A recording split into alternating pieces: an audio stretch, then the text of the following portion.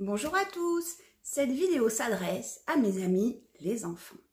Je me présente, je m'appelle Nathalie Odia et je suis la directrice d'un centre de formation qui s'appelle Formation en Harmonie et dans notre école, on forme des adultes, on leur apprend les métiers pour travailler auprès des enfants.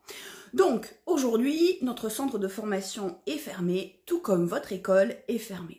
Alors on va prendre le temps ensemble de passer un moment et on va se retrouver chaque jour si vous le voulez bien pour des ateliers. Mais d'abord, j'aimerais prendre un petit peu de temps pour vous expliquer ce qu'est le coronavirus. C'est quelque chose dont on parle beaucoup actuellement et qui a des conséquences dans votre vie de tous les jours. Alors tout d'abord, coronavirus, d'où vient ce nom? Tout simplement parce que autour de lui, il a comme une couronne. Une couronne se met autour de la tête. Et si on considère que son noyau au milieu est sa tête, autour, il a une couronne. Et c'est pour ça qu'on l'appelle le corona, comme couronne, coronavirus. Alors, ce coronavirus, vous n'entendez que ça actuellement. Et peut-être que ça vous fait un peu peur. Alors moi, si j'avais été enfant à cette époque, je pense que oui, ça m'aurait un petit peu inquiété. J'aurais peut-être eu un peu peur. Mais je vais vous expliquer plein de choses. Vous allez voir. Alors, peut-être que ce qui vous inquiète, ce sont les images que l'on voit à la télévision, les images aux informations et le fait qu'on vous montre tout le temps le coronavirus, l'hôpital, les chiffres, des reportages, des tas de choses. Ça, le seul but de ces images, c'est de donner de l'information pour que tout le monde puisse savoir ce qu'il se passe. Ça n'a pas pour but de vous inquiéter ou de vous faire peur, mais le but c'est d'expliquer ce qui se passe pour que quelqu'un qui allume sa télé à n'importe quel moment puisse rapidement avoir des informations. Alors, ce qui peut peut-être aussi vous inquiéter, c'est que ce matin, vous n'êtes pas allé à l'école. On vous a annoncé, jeudi, que votre école allait fermer. Alors, je sais, la première chose que vous avez dit, c'est génial, l'école est fermée, il n'y a plus d'école. Mais peut-être que ce matin, ça vous inquiète un peu et vous vous dites, ah oui, quand même, c'est vrai, on ne va pas à l'école. Alors, les écoles, vous ne risquez rien. On n'a pas fermé les écoles parce que vous risquez quelque chose à l'école. L'école en elle-même ne vous veut pas de mal, elle ne vous veut que du bien. Si les écoles ont été fermées, c'est pour éviter que chaque enfant qui se rencontre ou qui reste côte à côte puisse se transmettre le virus du coronavirus. Je vais vous expliquer comment il se donne après. Après, peut-être que ce qui vous fait peur, c'est quand vous êtes sortis avec vos parents, vous avez vu des gens avec des masques, avec des gants. Alors, quand on les voit à la télé, c'est une chose. Mais quand on les voit en vrai, je trouve que ça fait un petit peu plus peur. Alors moi, je veux vous dire et vous expliquer que porter des masques ou des gants à l'extérieur, ça ne sert à rien. À part peut-être à se déguiser pour le carnaval. Les gens qui sont malades, qui ont la maladie, doivent porter un masque pour éviter de projeter les virus devant sur les gens. Donc le fait de mettre un masque empêche de jeter sur les autres le virus. Quand on n'est pas malade, on ne porte pas de masque, on ne porte pas de gants, cela ne sert à rien. Donc ne soyez pas inquiétés de voir des gens à l'extérieur avec des masques et des gants, ce n'est pas nécessaire.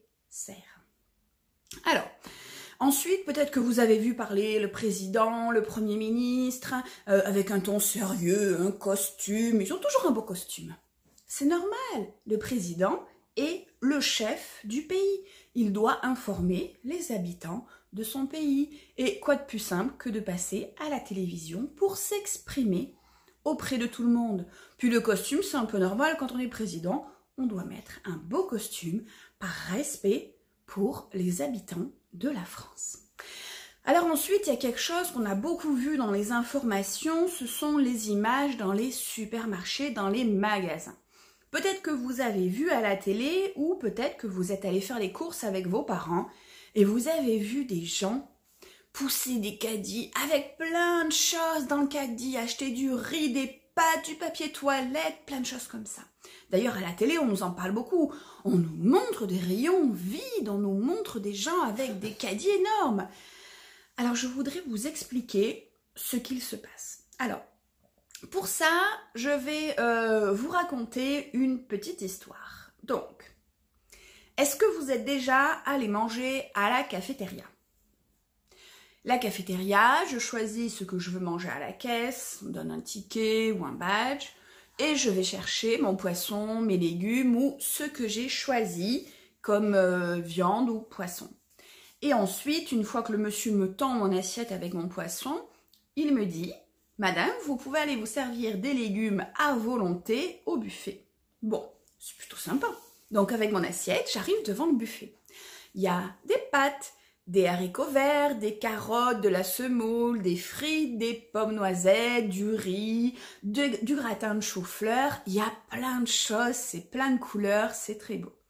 Alors je regarde, puis je dis je vais prendre une cuillère de gratin de chou-fleur, je vais prendre une cuillère de carottes en rondelles et je vais prendre quelques frites.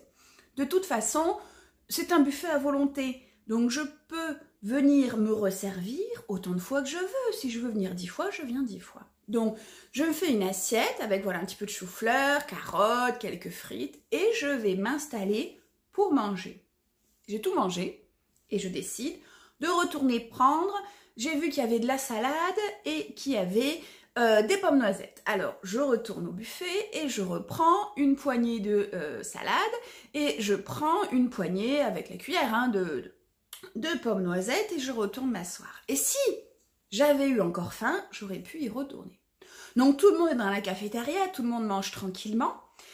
Puis, il arrive quelqu'un au buffet qui commence à se servir, à mettre plein de choses dans son assiette.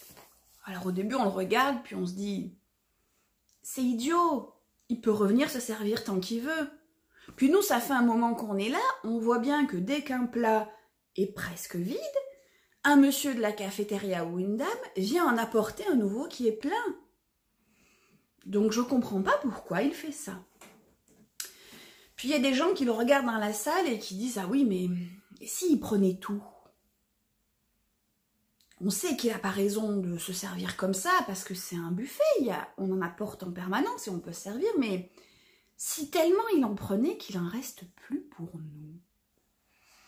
Alors là, il y a des gens qui commencent à réfléchir. Puis il y a quelqu'un qui se lève et qui se sert, qui en met plein dans son assiette, en se disant oui, ben, au cas où, moi j'en veux aussi, je veux pas qu'il n'y en ait plus et que je puisse pas en avoir. Il retourne s'asseoir. Là, il y a d'autres personnes qui le regardent et qui disent ouais, ils ont tort. C'est pas comme ça qu'il faut faire. Mais le problème, ils se servent. Et si moi non plus, j'en ai plus. Donc là, 1, 2, 3, 5, 10 personnes se lèvent d'un coup, vont au buffet et se servent. Il n'y a plus rien dans le buffet. Il n'y a plus rien à manger. Plus de carottes, plus d'haricots verts, plus de frites. Alors, derrière, il y a des cuisiniers. Messieurs, dames, ne vous inquiétez pas. On en rapporte tout de suite. Donc là, effectivement, tout de suite, ils rapportent du riz, des haricots verts, du gratin de courgettes, des frites. Sauf que il y a d'autres gens qui se disent, oui, mais vu ce qui vient de se passer, ils se sont servis de tout. Ils ont dû en remettre. Et si jamais ils en avaient plus pour remettre. Donc, on ne sait jamais. Je sais que c'est pas une bonne idée. Je sais qu'ils ont tort. Mais je vais moi aussi aller me servir et tout prendre. C'est pas une bonne idée. On n'aurait pas dû faire comme ça à la cafétéria. Si chacun avait pris ce dont il avait besoin, il y aurait même eu de la nourriture en trop. Au magasin, c'est pareil. Il y a des personnes au tout début qui ont dit « Mon Dieu, j'ai peur de ne plus avoir de riz, de pâtes, de papier toilette. Je vais aller en chercher plein. » Et c'est parce que des gens ont vu faire ces gens en se disant « C'est pas bien, c'est pas comme ça qu'il faut faire. Mais quand même, j'ai peur que moi j'en ai plus. » Ils sont allés eux aussi. D'autres personnes les ont vus, ont dit oui, mais bon, et s'il n'y en a plus pour moi? Ce qui se passe dans les magasins, c'est pas comme ça que ça devrait se passer. D'ailleurs, tous les jours, des camions arrivent dans les magasins pour remplir les rayons. Tous les jours, des gens prennent tout. Et tous les jours suivants, d'autres camions arrivent pour remplir le rayon. Ne vous inquiétez pas. je peux vous le dire parce que mon mari travaille auprès de toutes ces sociétés qui livrent dans les magasins et qui ont des entrepôts. Alors un entrepôt, c'est quoi? Quand vous allez faire les courses dans un magasin, tous les jours, il y a un camion qui amène des choses dans le magasin. L'entrepôt, c'est là où est rangé le stock. Les clients n'y ont pas accès. On ne peut rien acheter dans un entrepôt quand on est un client avec son caddie. C'est uniquement pour remplir les camions. Les stocks et les entrepôts sont pleins. Ce qui veut dire que autant les gens vont acheter de choses, autant les camions vont en remettre dans le magasin. Et c'est un peu comme l'histoire de la cafétéria et du buffet. C'est pas nécessaire d'acheter des tas de choses. Il en reste plein dans les magasins, il en reste plein dans les stocks, il en reste plein à mettre à disposition. C'est un petit peu la bêtise des gens. Donc, ça ne doit pas vous inquiéter de voir les gens qui publient des images de rayons vides parce qu'ils vont être remplis tout simplement. Ou il ne faut pas s'inquiéter de voir des gens avec des caddies, des masques parce que c'est pas comme ça qu'il faut faire. C'est pas la bonne solution, c'est pas adapté et ça ne leur apportera rien de plus. Alors, ensuite, ce coronavirus, on vous parle de la transmission. Et on vous dit qu'il faut rester chez vous, c'est pour ça que vous n'allez pas à l'école. Oui, c'est vrai. Alors, comment ça se transmet le coronavirus? Coronavirus, c'est un virus qui peut être présent dans, alors, ce qu'on appelle les sécrétions, c'est-à-dire je suis malade et puis j'éternue. Ah, tchoum! Voilà, je vous ai collé un coronavirus. C'est pour ça qu'on dit de tousser tchoum, ou d'éternuer dans son coude. Comme ça, je le garde pour moi. Ou mieux encore, dans un mouchoir qui se jette. Comme ça, tchoum, j'éternue mon coronavirus dans le mouchoir. Je jette le mouchoir, je me lave les mains. Le coronavirus, il peut être sur une surface. Tout simplement, je passe. Oh, je vais m'appuyer un petit peu ici. Là, je suis un peu fatiguée. Et je repars. Et ici, j'ai laissé mon coronavirus. Quelqu'un passe. La la la la la la la la la. Hop. Le coronavirus est collé sur sa main. Bien que je ne l'ai jamais touché. Alors, est-ce que c'est dangereux? Alors, là, vous le voyez, il est gros, hein, mais il est tellement petit qu'il faut un microscope pour le voir. Est-ce que c'est dangereux si là, maintenant, j'ai du coronavirus collé sur la main? Non. C'est pas dangereux qu'il soit sur ma main. La peau, elle sert à me protéger. Il y a dehors, le coronavirus est posé en dehors de ma peau, et il y a l'intérieur de la peau, c'est mon corps. Par contre, si là je me frotte les yeux, je peux faire rentrer le coronavirus. Si là je me gratte, je peux faire entrer le coronavirus dans mon corps. Donc, que le coronavirus soit posé sur votre main, c'est pas un souci. Parce que quand vous allez vous laver les mains, vous allez éliminer le coronavirus. Vous ne risquerez plus rien. Donc, il ne faut pas être inquiet du fait qu'il y ait du coronavirus sur des surfaces ou autres. Ce qu'il faut, c'est se laver les mains souvent avec de l'eau, du savon ou de la solution hydroalcoolique. C'est pour ça qu'on vous dit qu'il faut vous laver les mains. Donc, oui, il y a du coronavirus. Oui, je me lave les mains. Et pourquoi alors, Nathalie, expliquez-moi, pourquoi j'ai pas le droit de sortir? Pourquoi je ne peux pas aller à la bibliothèque, à la piscine ou à l'école? Tout simplement parce que des gens peuvent avoir du coronavirus un peu partout sans être malades puisqu'ils ne rentrent pas dans le corps. À chaque fois que je rencontre quelqu'un, on prend le risque que je lui donne mes coronavirus. Alors, quand on est chez soi et qu'on prend sa douche et qu'on se lave les mains, qu'on change ses vêtements, on élimine ce virus qu'on pouvait transporter. Et le fait que je rencontre personne fait que je peux les donner à personne. Et c'est comme ça qu'on évite un maximum la transmission de la maladie. Transmettre la maladie, c'est donner. C'est je te donne mes coronavirus. Donc, moins on se voit, moins on se touche, moins on s'approche entre gens, à l'école, dehors, à la bibliothèque, moins on peut se le donner. Un virus, vous savez, il ne sait pas marcher. Hein. Il n'a pas de pattes, il n'a pas de jambes. Regardez, lui, il ne bouge pas. Quand on parle de la transmission du microbe, du virus, c'est parce que l'être humain le promène. Et le donne à quelqu'un. Qui le promène, qui le donne à quelqu'un. Donc, on se lave les mains, on change ses vêtements, on les met dans la machine à laver tout simplement. Quand on prend sa douche, on élimine les derniers virus. Et le fait de ne pas sortir va naturellement éliminer le virus. Quand il n'aura plus personne à contaminer, qu'il aura été éliminé partout, on n'en parlera plus. Alors, vous avez été nombreux à nous poser des questions. Et j'ai plaisir à y répondre. Et d'ailleurs, s'il y a besoin, on fera d'autres vidéos pour que je puisse y répondre. Est-ce que je vais être malade? M'a-t-on demandé. Alors, oui, il y a des gens qui vont être malades et avoir le coronavirus. Alors, bien souvent, les enfants qui ont le coronavirus, on ne le voit même pas. Vous n'avez rien.